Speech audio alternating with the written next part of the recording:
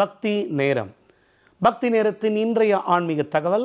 நாம் இந்த வாரம் முழுக்க எந்தெந்த கிழமையில் பிறந்தவர்களுடைய அவர்கள் வாழ்க்கையில் மேன்மையடைய அந்தந்த கிழமையில் செய்யக்கூடிய வழிபாடுகளை நாம் பார்த்து கொண்டிருக்கிறோம். அந்த வகையில் இன்று நாம் காண இருக்கும் அற்புதமான வழிபாடு, வெள்ளிக்கிழமையில் பிறந்தவர்கள் செய்ய வேண்டிய முக்கியமான தெய்வ வழிபாடுகள்.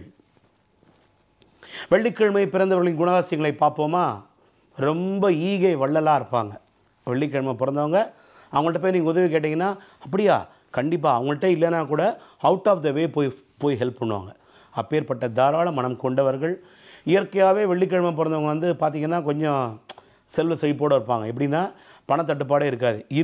அவங்க வந்து ஒரு எப்படி சொல்கிறது, இது பேங்க்கில் வந்து 1000 தான் பணம் இருக்கும், யாராவது சும்மா வந்து 2000 பணம் போட்டு போவாங்க. அந்த மாதிரி ஒரு இயற்கையாகவே ஒரு சுக்கிர பலம் பொருந்தியவர்களாக இருப்பார்கள். இந்த வெள்ளிக்கிழமை பிறந்தவங்க என்னன்னாங்க, அவர்களுக்கு நான் ஏற்கனவே கூறியது போன்று ஜனனகால ஜாதக பரிகாரங்கள் போக, சப்போஸ் சுக்கிரனுடைய ஆதிக்கம், அதே போன்று புதனுடைய ஆதிக்கம். ஏன்னா மெயினாக வந்து வெள்ளிக்கிழமை வந்து பிறந்தவங்களை பார்த்திங்கன்னா அவங்க ஜாதகத்தில் சுக்கிரன் ரொம்ப ஸ்ட்ராங்காக இருப்பாங்க. அதே போன்று புதனும் வந்து ரொம்ப ஸ்ட்ராங்காக இருப்பாங்க. ஏன்னா புதனும் சுக்கிரனும் தான் அவங்களுக்கு இந்த செல்வ வளத்தை, ரொம்ப ஃபினான்ஷியல் மேனேஜ்மெண்ட் அண்ட் ஸ்டெபிலிட்டி வழங்கக்கூடிய ஒரு அற்புதமான கிரகங்களாக அவர்களுடைய வாழ்க்கையிலே ஆதிக்கம் செலுத்துகிறார்கள்.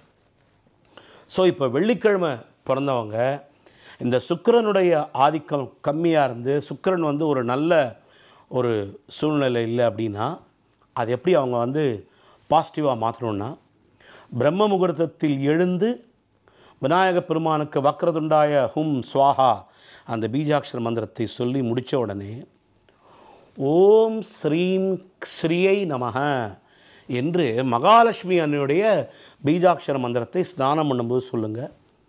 அதே போன்று ஓம் ஸ்ரீ சுக்ர பகவானே நமக அதையும் சொல்லிவிட்டு என்ன பண்ணுங்கள், வெளியே வந்துட்டு அழகாக 6 அகல் விளக்குங்க, 6 அகல் விளக்கு, 6 அகல் விளக்கை ஏற்றி, அப்படி இல்லைன்னா 6 விளக்குகள், குத்து விளக்கு 6 குத்து விளக்கு ஏற்றி, பஞ்சமுகமோ இல்லை 3 முகமோ, நீங்கள் அதுக்கு உங்களுடைய நெய் தீபமோ அல்லது நல்லெண்ணெயோ உங்களை வசதிக்கு ஏற்ற மாதிரி அதை ஏற்றிக்கோங்க.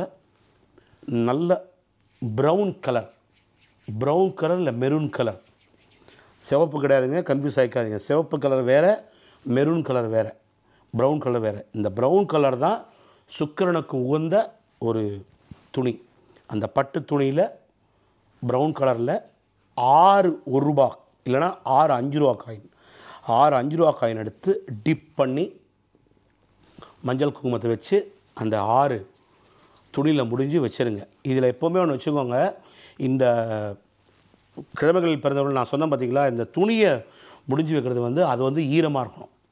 ஈரத்துணி தான் முடிஞ்சு வைக்கணும். அதாவது ஈரத்துணினா நல்லா புழிஞ்சு அழகாக அதை மஞ்சள் துணியை வந்து மஞ்சள் குங்குமத்தை தடவி இந்த 5 ரூபா காயின், 6 5 ரூபா காயின், நான் 6 1 ரூபா காயின் தனித்தனியாக எடுத்து அழகாக முடிஞ்சு வச்சுருங்க.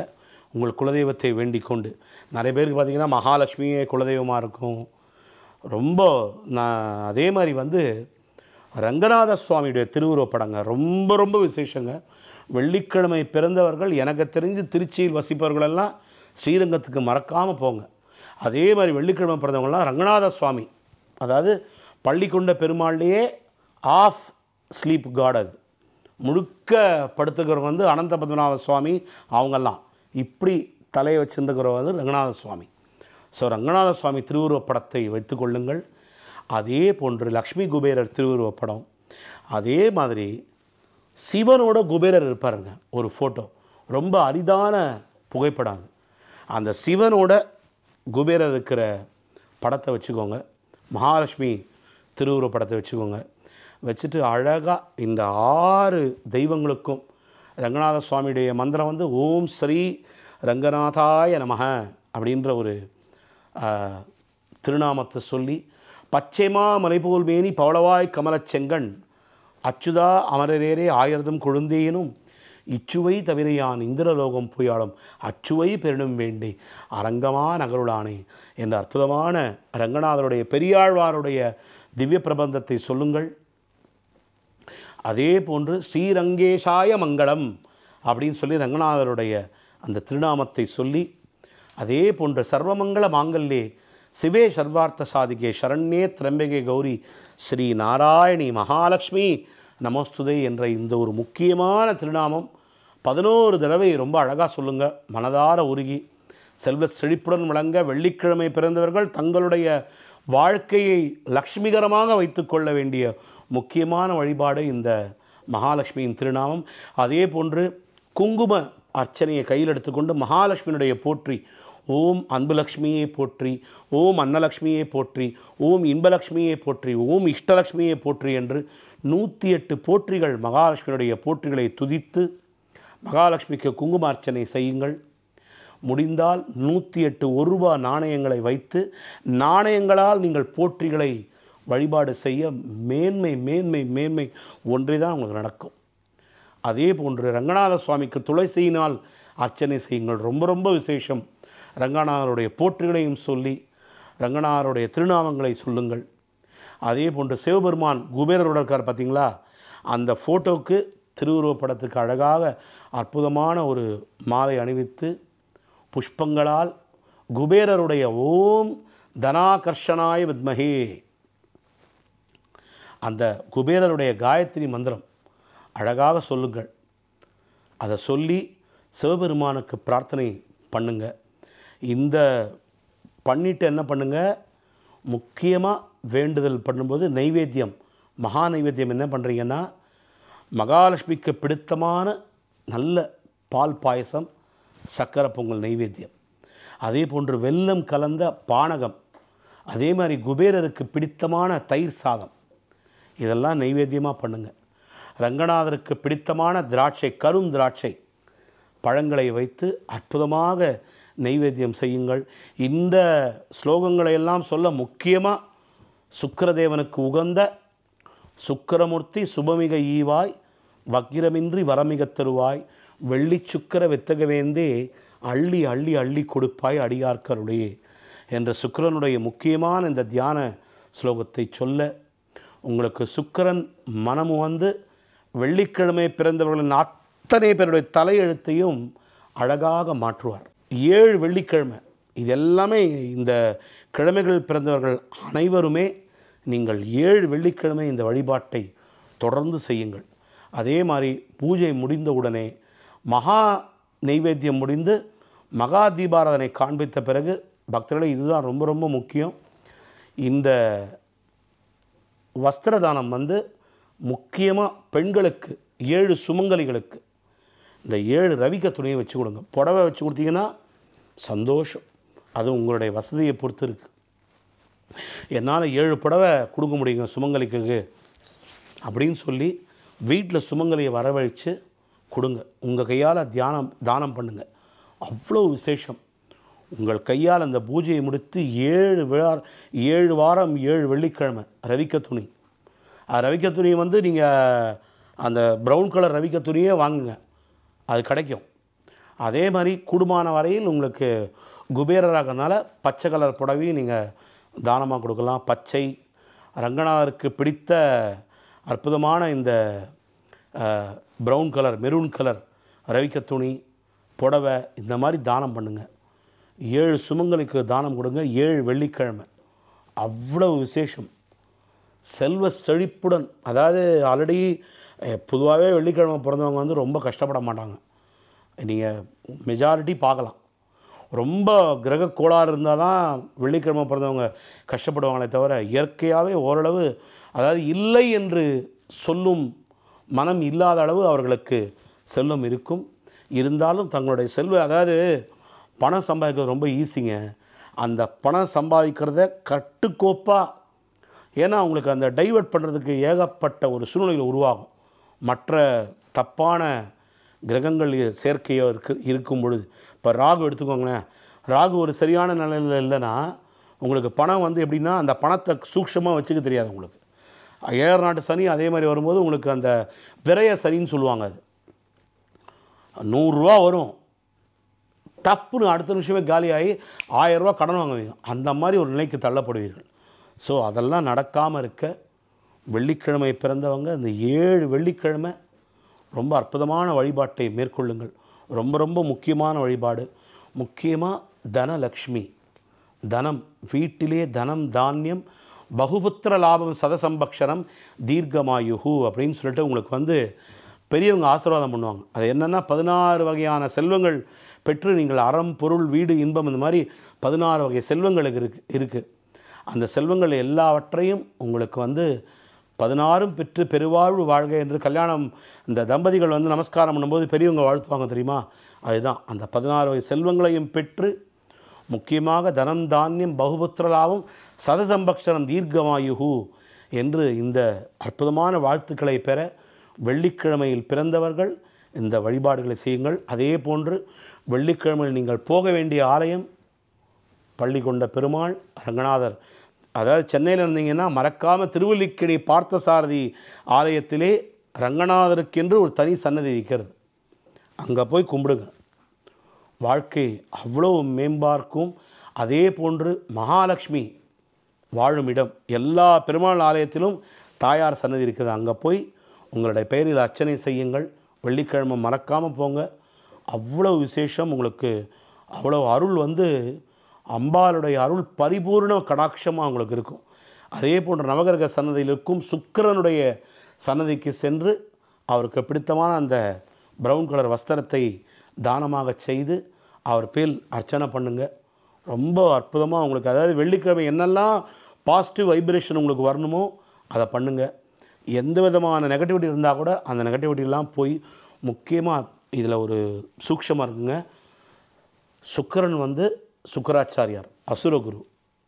முக்கியமாக அந்த நீரிழிவு நோய் இருக்குது பார்த்தீங்களா, சக்கரை நோய் உள்ளவர்கள்லாம் வெள்ளிக்கிழமை வந்து இந்த பிரார்த்தனையை பண்ணிங்கன்னா சுகர் கண்ட்ரோலுக்கு வரும். அத்தனை சூக்ஷமங்கள் நிறைந்தது. நீரிழிவு நோய் உள்ளவர்கள் எல்லாம் ரங்கநாத சுவாமியை பிரார்த்தனை பண்ணுங்கள், இந்த சிவனை பிரார்த்தனை பண்ணுங்கள். அதே மாதிரி சுக்கிர பகவானை மறக்காமல் பிரார்த்தனை பண்ணுங்கள். வெள்ளிக்கிழமை பிறந்தவங்க கண்டிப்பாக இந்த நீரிழிவு நோய்களால் அவஸ்தைப்படுறவங்க இந்த பிரார்த்தனையை 7 வெள்ளிக்கிழமை தவறாமல் செய்ய உங்களுக்கு மங்களம் உண்டாகி அந்த நீரிழிவு கரெக்டாக, நான் நீரிழிவு நோய் வந்து க்யூர் ஆகிடும்னு சொல்ல மாட்டேன், ஏன்னா சர்க்கரை நோய் வந்து குணப்படுத்த முடியாது. ஆனால் சர்க்கரையை வந்து நீங்கள் ஒரு லெவல் நீங்கள் கண்ட்ரோல் பண்ண முடியும். சர்க்கரை நோயை கட்டுப்படுத்துவதன் மூலம் உங்களுக்கு மற்ற என்ன ஒன்றுமோ அதை நீங்கள் செஞ்சீங்க. ஏன்னா சுகர் வந்துடுதுன்னா அதை நம்ம ஒன்றும் பண்ண முடியாது. அதை நீங்கள் கண்ட்ரோலில் வச்சுட்டு மற்ற உங்களுக்கு பிடித்தமானதெல்லாம் நீங்கள் சாப்பிட்லாம்.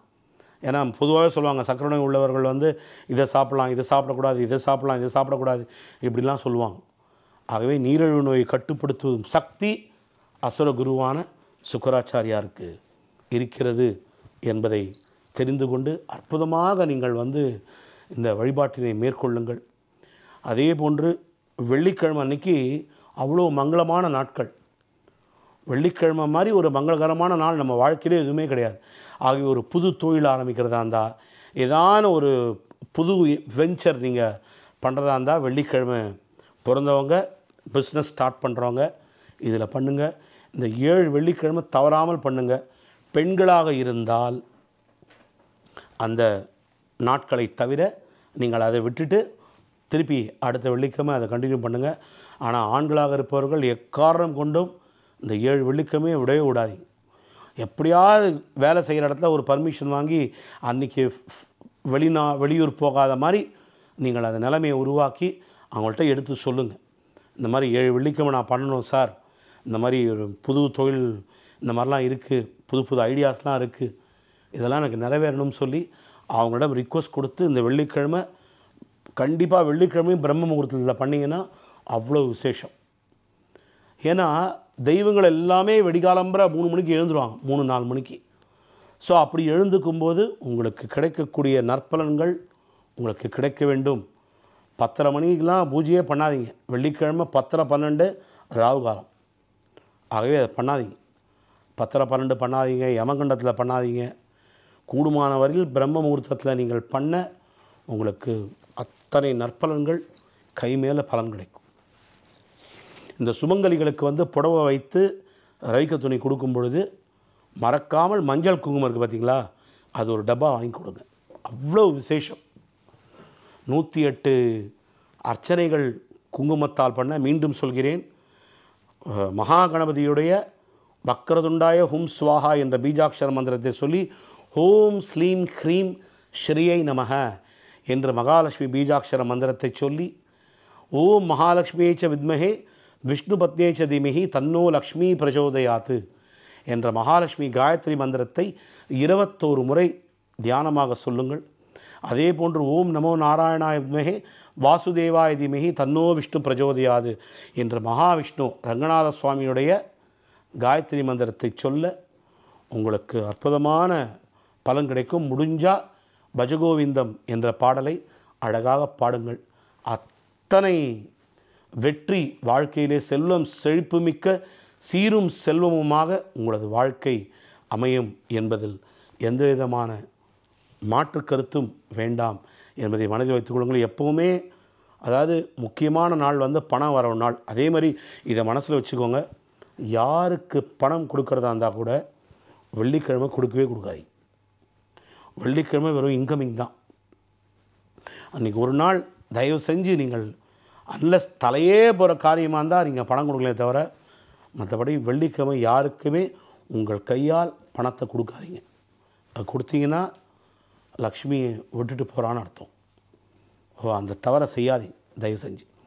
கூடுமான வரையில் வெள்ளிக்கிழமை வந்து இல்லைம்மா நாளைக்கு யாருக்காவது கொடுக்குறதா இருந்தால் கூட நீங்கள் கடனே வாங்கி கடனை கொடுக்குறதா இருந்தால் கூட வெள்ளிக்கிழமை கொடுக்காதீங்க. அன்றைக்கி விட்டுருங்க. வெள்ளிக்கிழமை வெறும் இன்கமிங் தான். நீங்கள் வரவை ஒண்டி வாங்கிக்கோங்க. அதே மாதிரி நல்ல உங்களுக்கு அந்த மாதிரி ஒரு முக்கியமான பேமெண்ட் வருது அப்படின்னா வெள்ளிக்கிழமை அன்றைக்கி மறக்காமல் அதை போய் எப்படியாவது கஷ்டப்பட்டு வாங்கிடுங்க அந்த பேமெண்ட்டை. வெள்ளிக்கிழமை எவ்வளோ லக்ஷ்மியை நீங்கள் உள்ளங்கையில் வாங்குறீங்களோ அந்த அளவு லக்ஷ்மி உங்களோடு இருப்பாள் என்பது ஐதீகம், நம்பப்படுகிறது. ஸோ வெள்ளிக்கிழமை பிறந்தவர்கள் தங்களுடைய வாழ்க்கையினை அற்புதமாக அமைத்து கொள்ள கிரக நிலைகளை மாற்றி அந்த கிரக பரிகாரங்கள் போக இந்த வழிபாட்டினை 7 வாரம், குறிப்பாக 7 வாரங்கள். அதே போன்று அந்த துணியை நீங்கள் வைக்கிறீங்க தெரியுமா, அந்த ரூபா நாணயம், அதை வந்து என்ன பண்ணுங்கள், அந்த அரிசி கொஞ்சோண்டு அரிசி எடுத்துக்கோங்க. அந்த அரிசியில் அந்த துணியை முடிஞ்சு வைங்க. அந்த 5 ரூபா இல்லை 6 ரூபா சொன்னேன் பார்த்தீங்களா, அதை வந்து இந்த அரிசி மேலே அதை வைங்க.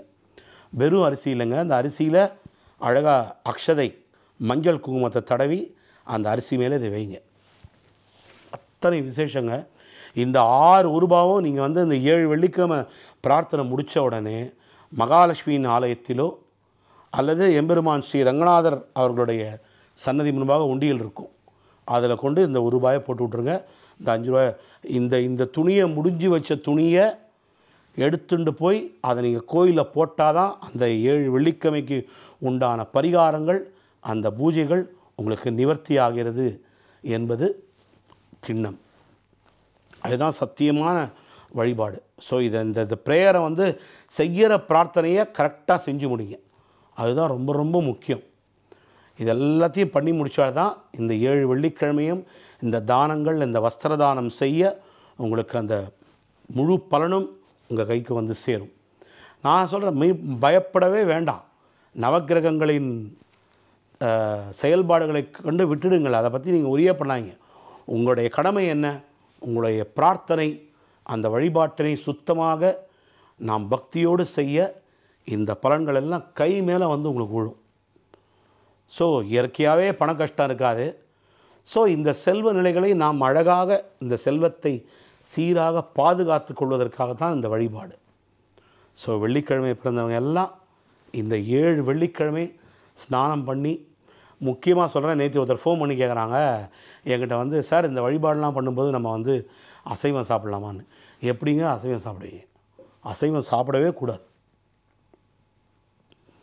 உங்களுடைய பிரார்த்தனை ஜெயிக்கணும் அப்படின்னா தயவு செஞ்சு புலால் உணவு கூடவே கூடாது. மது அருந்தக்கூடாது, புகைப்பிடிக்கக்கூடாது. தேகம் சுத்தமாக இருந்தால்தான் இந்த பிரார்த்தனைகள் எல்லாம் உங்களுக்கு வந்து கைகூடி பலன் கிடைக்கும் என்பதை நினைவில் கொள்ளுங்கள்.